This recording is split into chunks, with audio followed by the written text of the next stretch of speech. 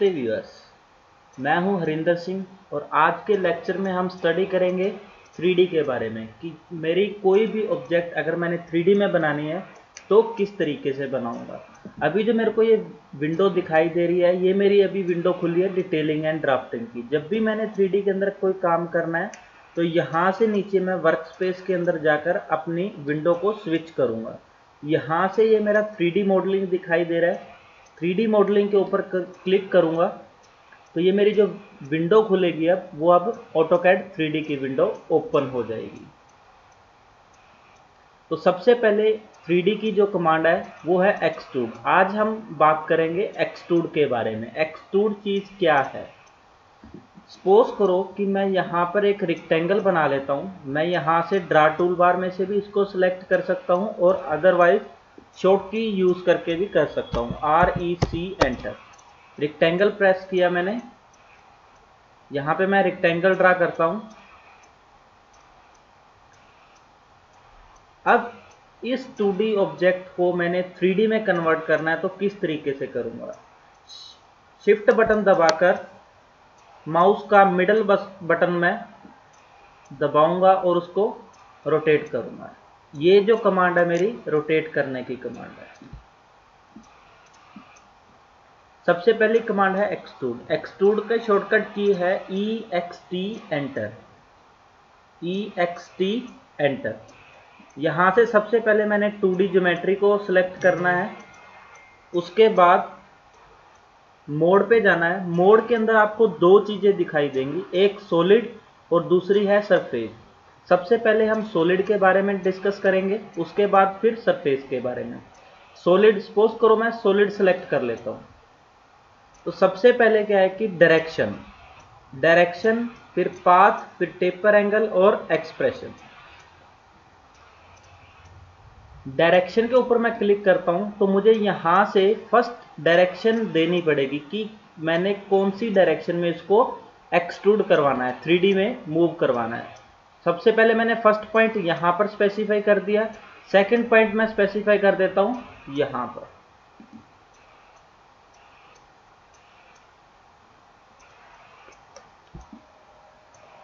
अभी दोबारा देखिए, मोड, पहले ज्योमेट्री सेलेक्ट करूंगा, फिर मोड पे जाऊंगा, फिर उसके बाद सॉलिड पोर्शन करूंगा, फिर डायरेक्शन।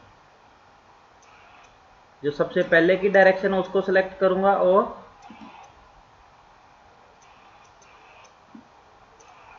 थ्री डी में कन्वर्ट करूंगा।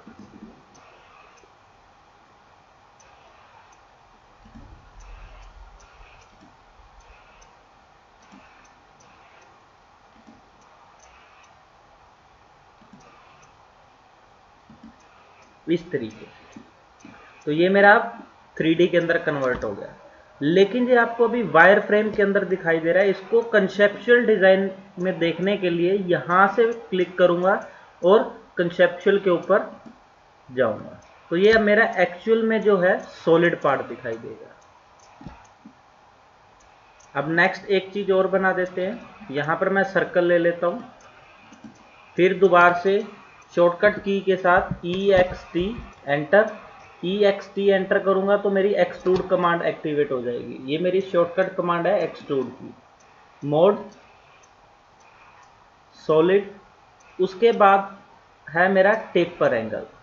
टेपर एंगल के अंदर क्या चीज है कि यहां से मैं एंगल को स्पेसिफाई कर सकता हूं कि मुझे कितने एंगल पे बॉडी को ड्राफ्ट करना है। सपोज करो मैं यहाँ पे 45 एंटर कर देता हूँ।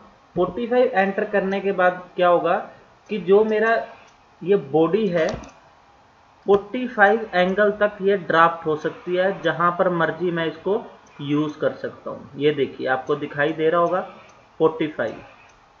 तो ये मेरे बॉडी को एक ड्राफ्ट की कंडीशन में करेगी। ये जो मेरा टेपर एंगल होगा, ये वाला जो एंगल होगा मेरा 45 डिग्री का एंगल होगा। नेक्स्ट जो है पाथ। पाथ के अंदर क्या करना पड़ेगा, यहां पर सपोज करो मैं एक सर्कल लगा देता हूं, उसके बाद UCS आइकन को चेंज करता हूं,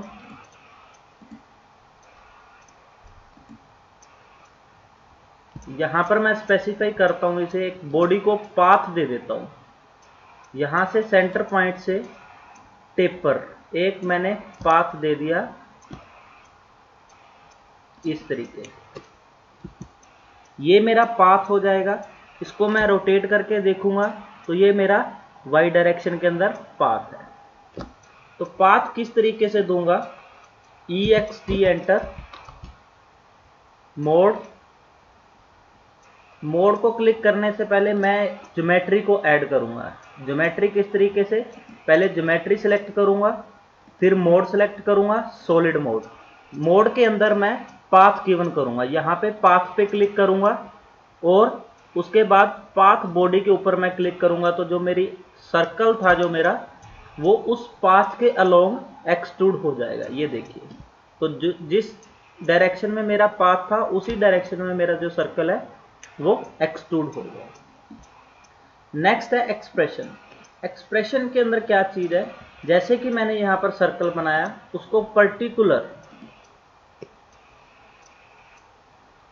डायमेंशन देके या डिस्टेंस देके मैंने उसको एक्सट्रूड करना है, तो मैं क्या करूंगा, एक्सप्रेशन कमांड यूज करूंगा।